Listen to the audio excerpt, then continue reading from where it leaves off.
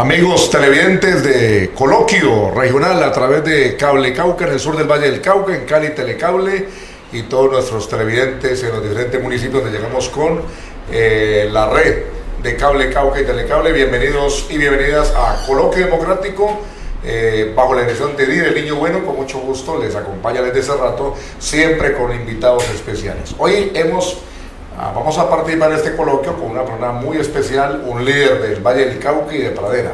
Se trata del ingeniero Adolfo León Escobar Pineda, exalcalde de Pradera, y quien pues hizo una gran gestión en su administración, y se avecina el tema de la paz. Estamos en el tema de la paz y queríamos conocer sus puntos de vista sobre el tema de la paz. Bienvenido, ingeniero, a Coloquio Democrático. ¿Cómo está usted?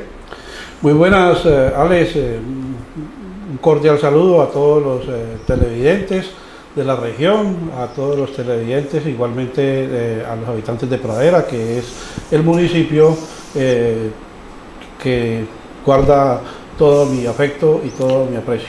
Ingeniero, después de que usted salió de la alcaldía de Pradera, donde hizo una buena gestión, ¿a qué se dedicó?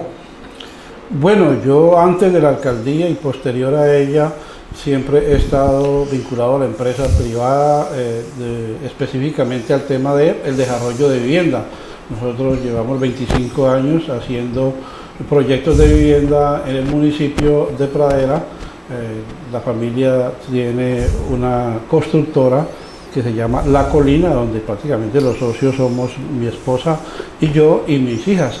Y precisamente 4 años de alcaldía pues hace que hayan cositas por ajustar, haya mucha gerencia por implementar allí, y eso he hecho en estos 8 meses, dándole una mejor dinámica a la empresa familiar. Bueno, perfecto. ¿Qué propósitos y proyectos tienen para las próximas semanas? Bueno, aparte del tema empresarial, donde estamos terminando unas urbanizaciones y vamos a arrancar otras, pues personalmente quiero manifestarle a los pradereños y a la región que seguramente acepto un cargo en el viceministerio de Aguas, del Ministerio de Vivienda y Saneamiento Básico, y lo hago porque primero que todo ese cargo calza con mi perfil, y segundo porque he visto que desde allí voy a tener la oportunidad de ayudar mucho a la región en el tema de saneamiento básico, en los planes maestros que hay pendientes en los diferentes municipios, en la interrelación que debe tener el gobierno central con las empresas de servicios públicos y con las empresas de aseo, de tal manera que yo creo que vamos a poder lograr una buena gestión allí, toda vez que igualmente cuento con 17 años de experiencia en empresas públicas municipales de Cali, en donde tuve que desarrollar actividades muy relacionadas con este nuevo cargo. O sea, ¿desde cuándo nos va para la capital de la República? Estamos haciendo los ajustes en las entrevistas ya con el viceministro. Mañana tengo entrevista con el viceministro en Bogotá, y creo que la otra semana ya estamos vinculándonos al viceministerio. Perfecto, ingeniero. Importante noticia, pues nos va para Bogotá un importante cargo nacional. Bueno, la entrevista tiene un enfoque muy puntual, que es el tema de la paz. Pues ya estamos a puertas de la firma oficial en próximas semanas, y queremos conocer su punto de vista como líder de Pradera y de la región sobre este importantísimo acuerdo entre la FARC y el gobierno. Bueno, hay que primero resaltar el avance que ha tenido el proceso. Es importante los acuerdos que se han firmado. Ya todo está acordado, lo ha dicho la comisión negociadora del gobierno y la comisión negociadora de las FARC. Es importante para Pradera que estos avances den un toque de esperanza al municipio y a la región. Pradera es un municipio que ha sufrido los rigores de la guerra durante 52 años, pero específicamente tuvo una cuota de sacrificio muy alta en los 2 primeros años de estos 4 que lleva la negociación de las 2 comisiones en La Habana.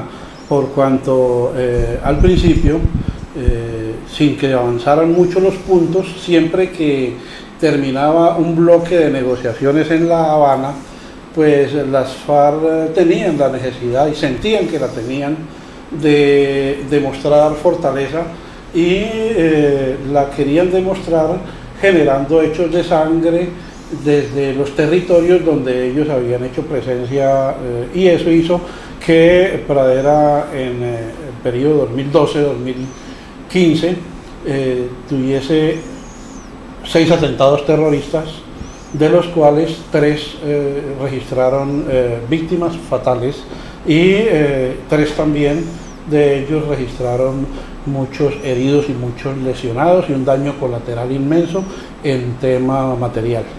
Recordemos pues esos hechos terroristas que afectaron la paz de Pradera, por ejemplo, aquel 31 de octubre del Halloween.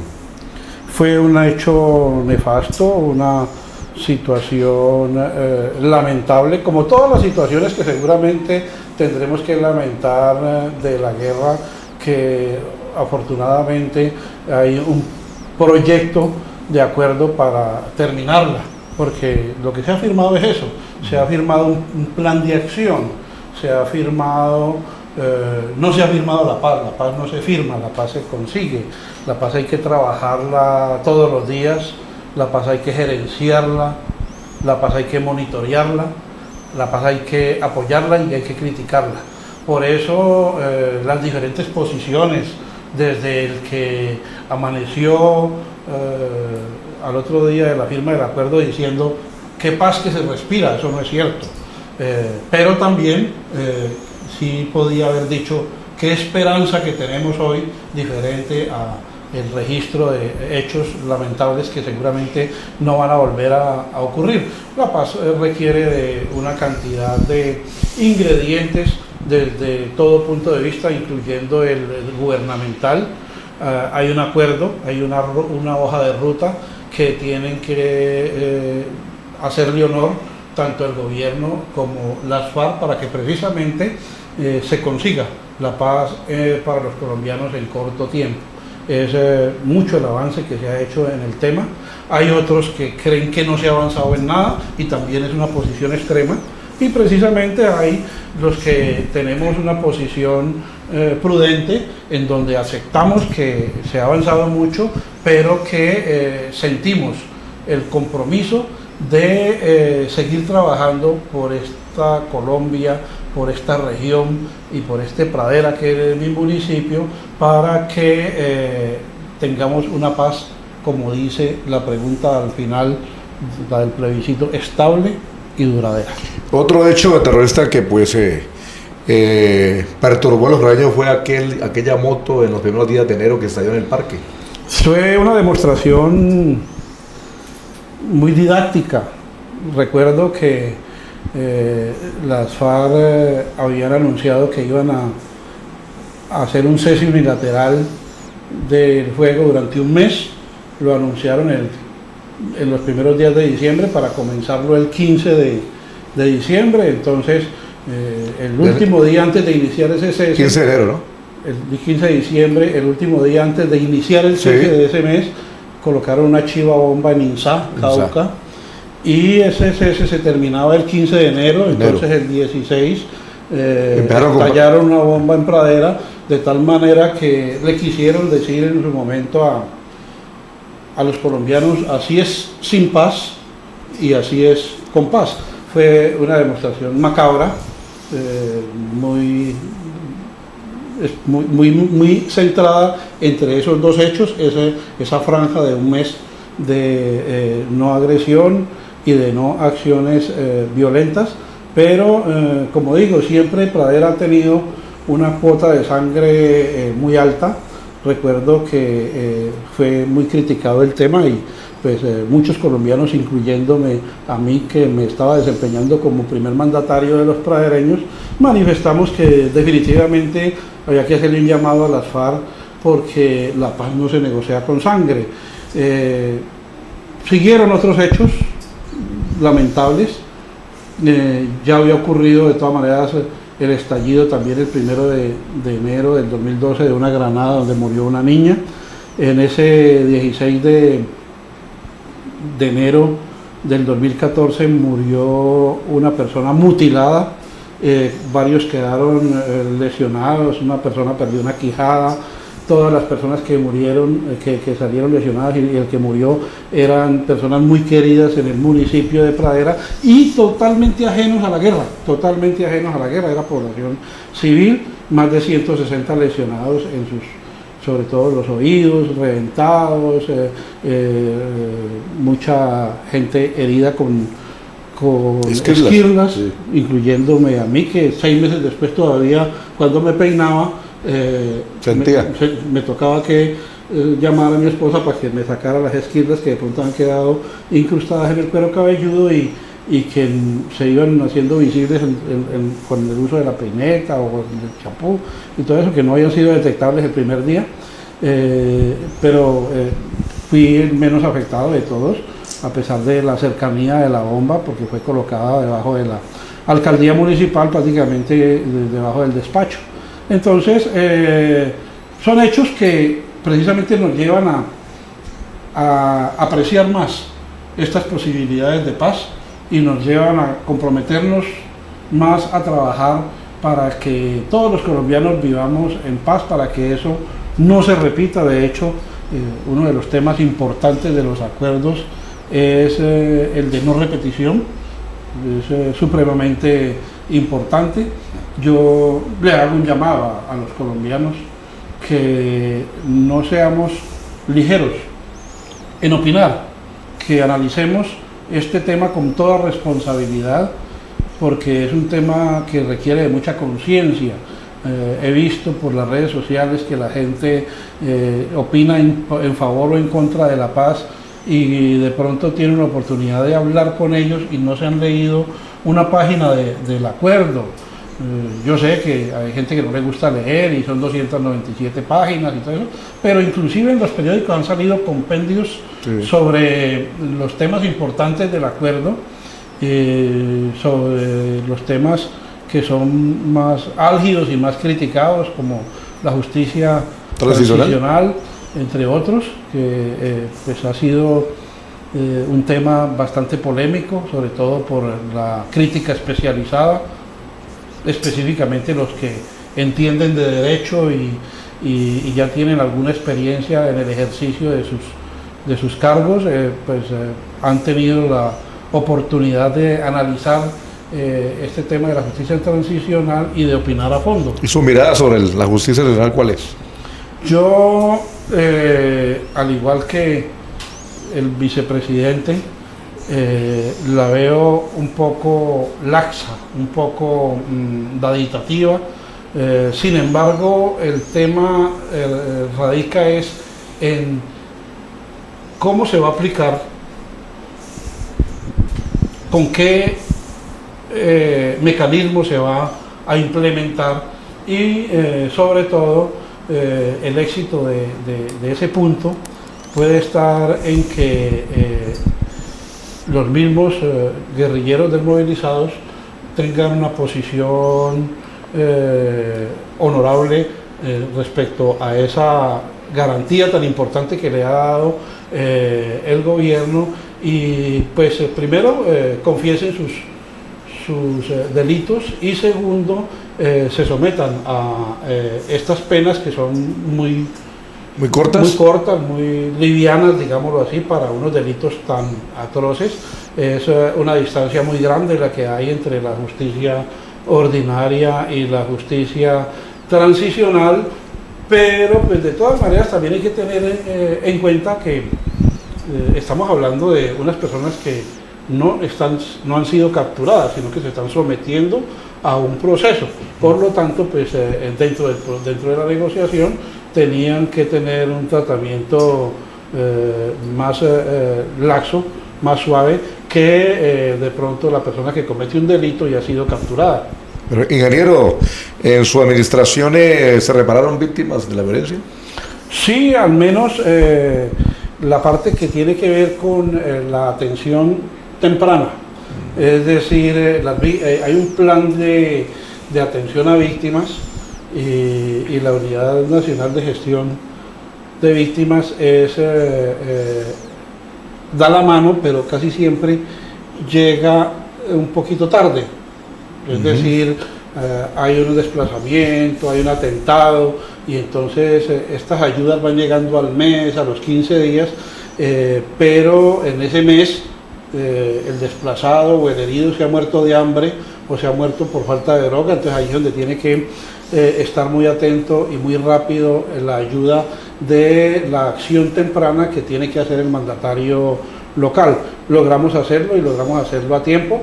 De hecho, yo creo que fue un récord para Pradera que ese desastre que dejó la bomba del 16 de enero del 2014, a los 3 meses no había ni una esquirla en la pared porque todas las casas habían sido reparadas, con todo lo lamentable que es las víctimas, y que eso no se puede reparar fácilmente porque las familias seguirán sintiendo ese dolor.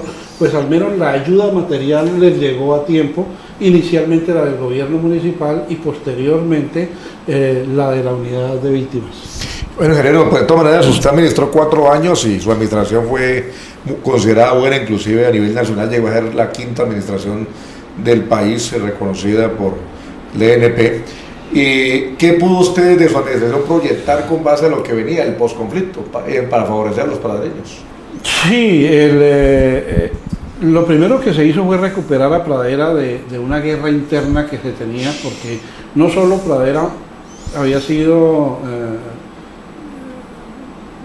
afectada de manera colateral por la guerra y de manera directa en muchos casos, sobre todo donde hubo los atentados. El estigma ha sido grande. Cuando digo de manera colateral me refiero, por ejemplo, al tema entre el 2004 y el 2008, donde el presidente Uribe y las FARC cogieron de bolita de ping-pong a Pradera. Entonces las FARC decían: quiero que me despejen Pradera y Florida, y Uribe decía: no quiero que la despejen. Y cuando la cosa se calmó y nosotros cada vez más crecíamos en el estigma, entonces ya nadie quería venir a Pradera, ya nadie quería venir a Florida. La gente creía que se bajaba del bus urbano, del bus intermunicipal, y llegaba a Pradera y lo recibía un guerrillero armado en el parque. Y eso nunca ha ocurrido. De todas maneras, este es un municipio que tiene un territorio muy amplio, muy grande. La zona urbana, a pesar de tener milicianos y todo eso, ha tenido poca presencia armada de una persona uniformada subversiva. Realmente lo que ha habido es mucha presencia en el sector rural, sobre todo la parte rural de ladera. Los bolos, bolo blanco, bolo azul, han sido un escampadero, y además por su estratégica posición que les permitía a los subversivos establecerse allí, y dependiendo del cubrimiento que hiciera la fuerza pública, se desplazaban o para el Tolima, o para el Huila, o para el Cauca, o para el Valle. Esa era una estrella de distribución para ellos. Entonces, pues era estratégico Pradera en el conflicto armado, y esperamos precisamente que ese estigma, esa desolación que tiene el campo, la zona rural de ladera, donde no solo está improductivo, sino que está deshabitado, vaya acompañado, para que haya una verdadera paz y una reconciliación, vaya acompañado de programas productivos y de incentivos, desde incentivos tributarios hasta programas especiales, para que esta región, que es tan fértil, sea beneficiada con los proyectos del gobierno nacional. De hecho, me parece ya un beneficio, y no quiero de pronto incomodar a las personas donde viven y se han establecido las zonas de concentración guerrillera, pero ya es bueno que Pradera y Florida no sean esos municipios donde estuvo durante mucho tiempo, durante 51 años, la subversión, y adicional a eso también se volvieran zonas de concentración, porque eso no deja de generar estigmas. Son más las cosas negativas que las positivas que trae. Pero adicional a eso, no se trata de que, como ya no son zonas de concentración y ya se firmó un acuerdo de paz, entonces no es necesario hacer un tratamiento diferencial para la región. Por supuesto que hay que hacer un tratamiento diferencial para la región, y todos los programas de gobierno deben de llegar con una ligera prioridad a las regiones donde la guerra se ha sentido con mayor énfasis. ¿Cree usted, ingeniero Adolfo Escobar Pineda, que este acuerdo entre la FARC y el gobierno contempla buenas posibilidades para las víctimas? Pues el acuerdo contempla reparación de víctimas y atención especial a las mismas. Precisamente se trata de eso, y por eso es tan bueno que todo el mundo tenga diferentes criterios respecto al acuerdo. No es malo que el presidente Uribe se esté oponiendo, no es malo que el vicepresidente tenga una posición intermedia, no es malo que el presidente diga que es una paz perfecta, porque precisamente esa diferencia de criterios es la que va a hacer que haya monitoreo, que haya interventoría en la implementación de este acuerdo y que las cosas se den sin que una de las partes se vaya a desbordar en exigencias o a desbordar en comportamientos lesivos para este proyecto de paz. ¿Qué opinión tiene sobre la participación en política de los miembros de la FARC, según el acuerdo? Bueno, es laxo darles unas curules preestablecidas durante 2 periodos. 10 curules me parece bastante, pero la verdad es que, por otro lado, hay que anotar que las pretensiones de las FARC o de cualquier grupo subversivo eran llegar al poder a través de las armas. Pues hoy tienen la oportunidad de llegar a ese mismo poder y seguir anhelando gobernar con sus ideas a través de las urnas. Esa parte de que dentro de la vida democrática me parece supremamente importante, no sin antes anotar que es exagerado que de todas maneras haya unas garantías de 5 senadores y 5 representantes en el Congreso de la República, tengan los votos que tengan.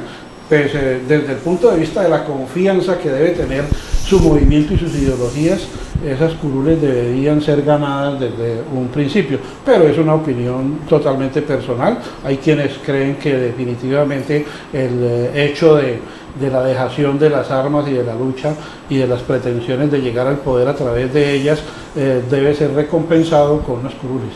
¿Cómo evalúa, según el acuerdo, lo que viene para el agro? El agro en Colombia tiene que tener una revolución importante con paz o sin paz, es decir, con acuerdo o sin acuerdo, perdón, con paz, pero independientemente de los acuerdos, debe de tener una revolución importante, porque nosotros hemos acostumbrado a nuestros campesinos a pensar en pequeño. Nosotros yo veo que hay programas, y cuando era alcalde del municipio criticaba mucho esos programas de la granja integral, como si estuviéramos en la época de Cristóbal Colón, donde el campesino sale cada 6 meses a un centro de acopio. No, al campesino hay que enseñarle a que siembre de manera productiva y de manera rentable, no a que siembre de todo y que la finca le produzca de todo, porque no necesite ni del vecino ni de salir a la parte urbana. No, si la persona tiene un producto que es bien cosechado, que tiene todos los implementos, desde la asistencia técnica, pasando por la financiación, pasando por la comodidad de una maquinaria, una mecanización adecuada y todo eso, pues va a tener rentabilidad para comprar servicios públicos, para mejorar vivienda, para hacer educación de sus hijos, hacer una transmisión generacional y hacer que sus descendientes sientan que el campo es rentable y cómodo, y que vivir en el campo es importante, que tengan el acceso a su vehículo, a las comodidades que tiene una persona que prospera en la ciudad. Entonces tenemos que cambiar la mentalidad y mirar al campesino más como un empresario de esos que garantizarán la seguridad alimentaria, pero no a través de las granjas integrales. O sea, ¿le favorecería la restitución de cultivos?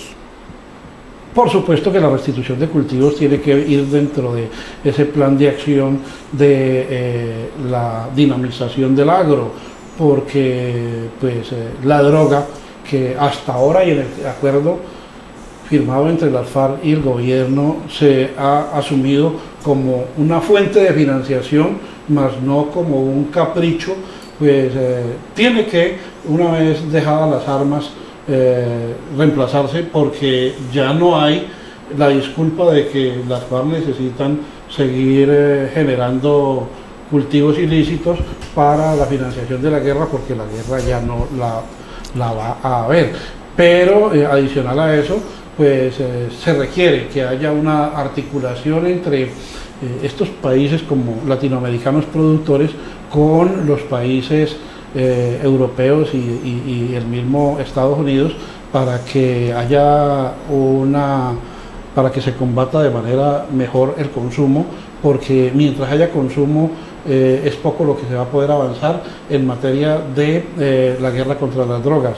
Sin embargo, la idea de cambiar la filosofía, cambiar esta tradición, porque se ha vuelto, nosotros tenemos campesinos que llevan 30 años sembrando o coca o amapola o marihuana, entonces pues cambiar eso no va a ser de la noche a la mañana, y va a tener que tener un papel importante, preponderante allí el Ministerio de Agricultura y el Ministerio del Medio Ambiente.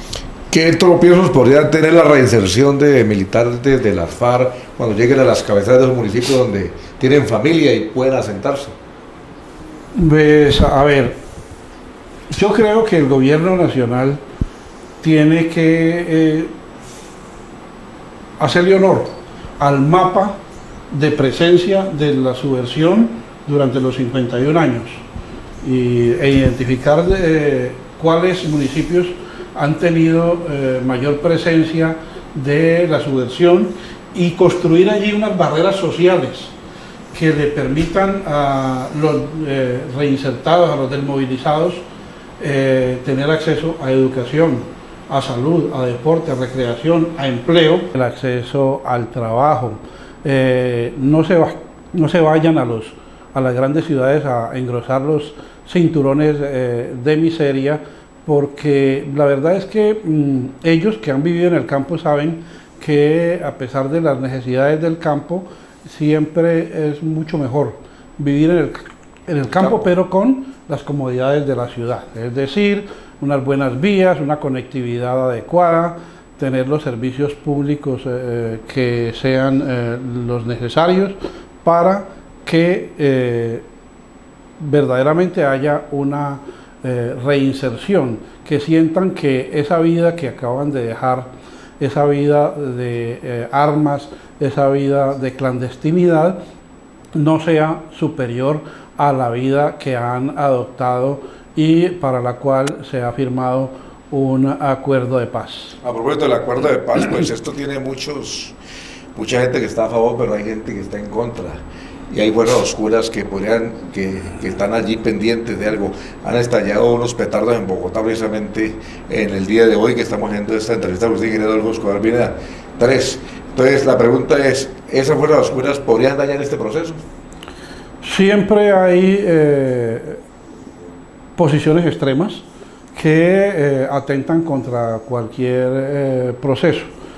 Una cosa es aceptar las opiniones diferentes, que son necesarias precisamente para que los integrantes del acuerdo estén atentos a hacerle honor al acuerdo, diciendo, hombre, no podemos desbordarnos en comportamientos que estén por fuera del acuerdo, porque hay gente que no está satisfecha con este acuerdo. Igualmente siempre habrá discusión, hay personas, y hay que reconocerle a esas personas que manifiestan su opinión, estén o no estén de acuerdo, sus opiniones extremas, sus opiniones centradas, pero adicional a eso, existe siempre el riesgo de que haya boicot respecto a los avances en cada uno de los procesos. Ha ocurrido en muchos procesos de paz, no solo en otros países, sino en el mismo Colombia. Acordémonos de el exterminio sistemático que sufrió la Unión Patriótica en los años 80, producto de la iniciativa de un acuerdo de paz, donde prácticamente se estableció un movimiento político del grupo armado que seguía en la clandestinidad, y prácticamente esas personas que decidieron irse hacia la búsqueda de los votos, irse hacia la búsqueda del poder a través de la democracia, fueron exterminados y lesionados. Entonces ocurre la posibilidad de que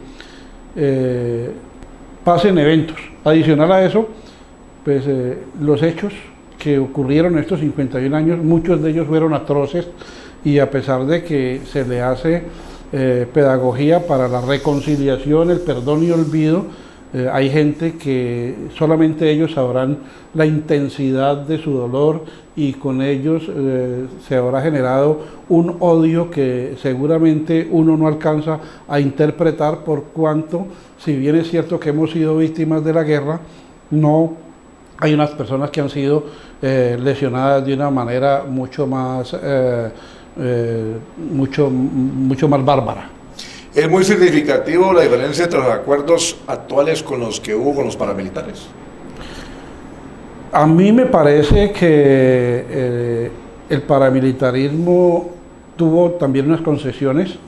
En su momento también hubo críticas exageradas, pero me parece que hubo una llamada al orden, es decir, las personas que se desbordaron del paramilitarismo o fueron condenadas o fueron extraditadas inclusive, y precisamente más que una crítica debería de servir de ejemplo para este proceso de paz, en donde los integrantes, los firmantes del convenio, del acuerdo, entiendan que hay un Estado, que nunca habrá una fuerza superior al Estado, y que ese Estado está en la capacidad de hacer cumplir los acuerdos si le toca que ignorar la justicia transicional y aplicarle la justicia ordinaria a la persona que no se atempere a las condiciones del acuerdo. Pues ya saben que existe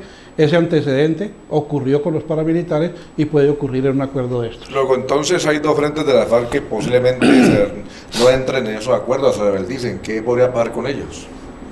Yo creo que el legislativo debe empezar a implementar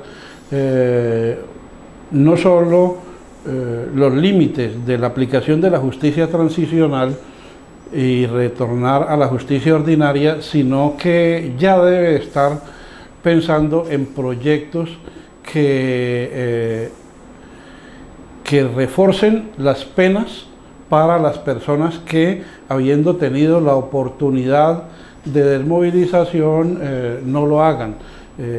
Definitivamente hay una laxitud también en la justicia ordinaria para esas personas que quieren seguir delinquiendo, porque pues la verdad es que sin que nos estemos hablando de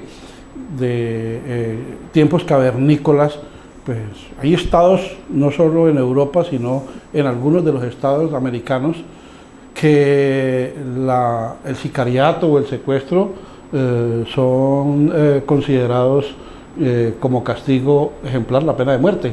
Y pues no estoy diciendo que se implemente en Pradera o en Colombia, la misma, pero sí debe de haber una rigurosidad para las personas que, teniendo la oportunidad de acogerse a un acuerdo de paz, sigan haciendo y cometiendo los mismos delitos. ¿Cómo evalúa la posición del doctor Álvaro Uribe Vélez al tema de la paz? Me parece radical. Tiene argumentos en algunos casos, pero en otros me parece que actúa con el rencor que de pronto le generó la guerra en su familia, y me parece que es respetable. De todas maneras, es la persona que lo está manifestando, es diferente al que de pronto va a actuar en la clandestinidad en contra de un proceso. Yo creo que el doctor Uribe ha sido muy fuerte en sus posiciones siempre, pero también siempre las ha puesto a consideración de la democracia. Ingeniero, pues viene el plebiscito el 2 de octubre, pues convocado el pueblo colombiano a votar por el sí o por el no, y ya está la pregunta: ¿apoya el acuerdo final para la terminación del conflicto y la construcción de una paz estable y duradera? ¿Usted considera que esa es la pregunta pertinente? A ver, la pregunta se relaciona directamente con un acuerdo. La difusión del contenido del acuerdo es responsabilidad de cada uno de los colombianos. Cuando usted lee esa pregunta y va a las urnas, debe llevar la conciencia de estar enterado de para qué está yendo a la urna. Entonces, la longitud de la pregunta, la extensión de la pregunta, no creo que sea la que va a determinar si la persona va a llegar allá a un sí o a un no. Casi que podría obviarse la pregunta y decirle a la gente: si está enterado del acuerdo firmado entre las FARC y el gobierno, vaya y diga sí o diga no sin necesidad de la pregunta. En otras palabras, no creo que la gente leyendo la pregunta tome la decisión en la urna. Luego, entonces, el ingeniero Oscar Pineda, líder de la región aquí en el Valle del Cauca, ¿cuál es su posición con relación al plebiscito? ¿Vota por el sí o por el no? Por supuesto que nosotros hemos trabajado para que haya una paz, y con todos los cuestionamientos que le tengo al acuerdo, de todas maneras creo que hay una esperanza, que hay un trabajo y un camino que ya se ha recorrido, y por supuesto es mucho más benéfico tratar de seguir buscando esa paz a través de los esfuerzos que tenemos que hacer los líderes sociales, y lo mejor es votar y apoyar este acuerdo mediante un sí en el plebiscito el 2 de octubre. Yo lo que he criticado mucho es que la gente salga a decir sí porque la paz es buena. No, hay que mirar y hay que criticar y hay que monitorear y hay que gerenciar la paz, y eso es lo que tenemos que hacer los líderes sociales de todos los niveles de Colombia, pero definitivamente no podemos perder esta oportunidad de apoyarla. Pregunta final, exalcalde Adolfo Escobar Pineda, pues usted tuvo 4 años en la administración y actualmente está el abogado Henry Dávila Prado. ¿Qué sugeriría usted al actual alcalde como para que se capitalice este tema del posconflicto a beneficio del pueblo pradereño? Yo creo que es una gran oportunidad de los mandatarios regionales y especialmente de los mandatarios en donde ha habido presencia armada del grupo guerrillero FARC. Es la gran oportunidad para presentar muchos proyectos, para mostrar disponibilidad de cofinanciación de los mismos, para ser muy ordenadito en las gestiones que se hagan con el gobierno nacional, los ministerios, los viceministerios y los entes descentralizados, con el fin de lograr buenos recursos para esos proyectos que no se han podido avanzar en las regiones, porque estoy seguro de que hay una disposición grande del gobierno nacional de apoyar estos territorios, haciéndole honor al compromiso de mantener una ciudadanía con un nivel de vida mejor, que esté lejos de volver a mirar con crítica y mucho menos de ir a tomar las armas como manifestación de inconformidad. Su administración llegó a ser la quinta, según el DNP, a nivel nacional, por su buena gestión y comportamiento administrativo y financiero. Inclusive usted entregó esta administración dejando obras por inaugurar al actual alcalde. ¿Cómo evalúa usted los primeros meses de gobierno del actual alcalde Henry Dávila, ya que son 9 meses de administración? ¿Cómo lo evalúa? Bueno, la verdad es que no me queda bien entrar a criticar a una administración que me ha sucedido. Yo espero que haya mejor dinamismo en la ejecución de obras. De todas maneras, mi formación era la de una persona que tenía experiencia en construcción y Pradera tenía una infraestructura muy atrasada y traté de avanzar lo más que se pudo en el tema. Yo creería que sería un buen norte seguir avanzando en la infraestructura porque sigue siendo precaria en nuestro municipio, pero hay mandatarios que de pronto se van más al ser humano y a la atención inmediata y entonces pues creo que el estilo de él es ese, el de buscar el bienestar del ser humano, de sus personas que están siendo dirigidas y gobernadas por él en pro de un bienestar que no se está buscando a través de las obras, sino a través de el contacto directo. Usted dejó gestionado la Casa de Justicia, el 6 de Cerrezuela, al maestro alcantarillado y otras obras, y que se empezaron a construir en su gobierno y que están terminadas en la actual administración. ¿Qué proyecto dejó como sembrado que pueda capitalizar el actual gobierno en favor de los pradereños? Yo creo que el Plan Maestro de Alcantarillado, segunda etapa, porque la primera etapa se ejecutó, era un plan maestro necesario desde el año 97, cuando la empresa de servicios públicos de Pradera, Acuavalle, la diseñó, nosotros lo actualizamos y se ejecutó en la primera etapa, muy funcional, muy buena, erradicó las inundaciones en los barrios bajos de Pradera, pero se requiere seguir avanzando en la gestión por cuanto, primero, Acuavalle está en una situación que no le garantiza una segunda etapa del Plan Maestro a Pradera, una situación económica que no la veo muy bien, y segundo, porque un Plan Maestro no es posible financiarlo con recursos propios de un municipio. Entonces hay que seguir haciendo la gestión para hacer como mínimo una etapa más de ese plan maestro, por cuanto estos municipios han venido creciendo con un régimen alto. La explosión demográfica del Valle del Cauca es alta y Pradera no está excluido de ellos, pero adicional a eso, lo más seguro es que en este proceso de paz la gente mire con buenos ojos venirse hacia municipios como Pradera, como Florida, como Candelaria, que son prácticamente municipios dormitorios de una área metropolitana en donde se desarrolla la industria y el comercio, como es Cali.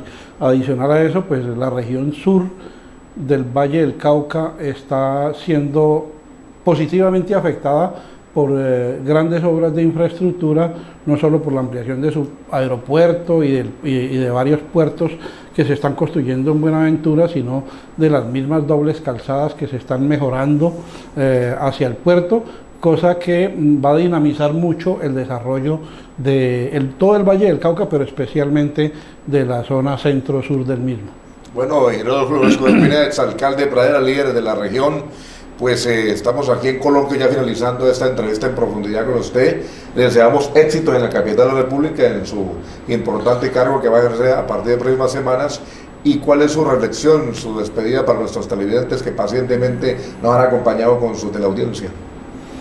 A los vallecaucanos decirles que siempre el mejor aporte que podemos hacer para el desarrollo de una región es el trabajo, la generación del empleo, el positivismo, la convivencia. Yo creo que ese es el aporte que tenemos que hacer, mientras que el gobierno debe hacer los esfuerzos y las gestiones para lograr que nuestro entorno sea cada vez mejor. Perfecto, muy bien, muchas gracias al ingeniero Adolfo León Escobar Pineda, exalcalde de Pradera, por atender la invitación de coloquio democrático a nivel de Cali, del sur del Valle del Cauca. Así estamos llegando al final y pues le agradecemos a ustedes la teleaudiencia, la dirección de Díaz Riño Bueno, con mucho gusto les acompañó a Les Desarrollo y sean con ustedes en sintonía del canal Mira TV. Muchas gracias, permiso.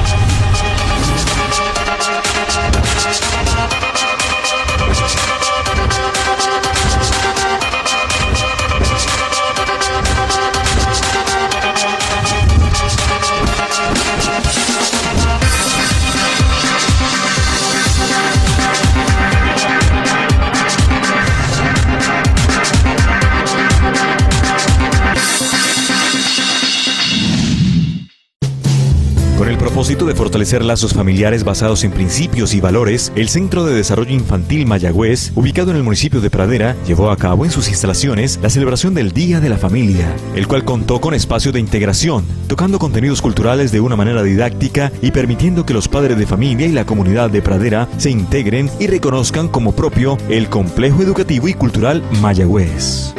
Todas son familias provenientes de la comunidad pradereña, familias vulnerables que tienen sus niños actualmente acá en nuestro CDI.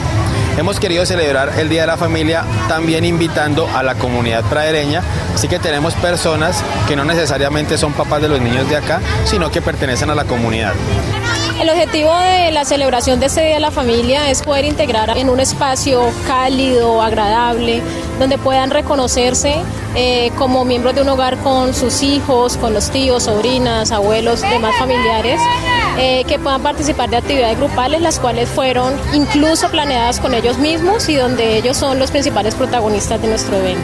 Es un proceso diariamente de aprendizaje donde las familias vienen aquí, comparten con sus niños y comparten con otras familias, realizan diversas actividades, procesos de aprendizaje que llamamos aquí y que son juegos, exploración, procesos de investigación donde los niños y las familias aprenden al mismo tiempo.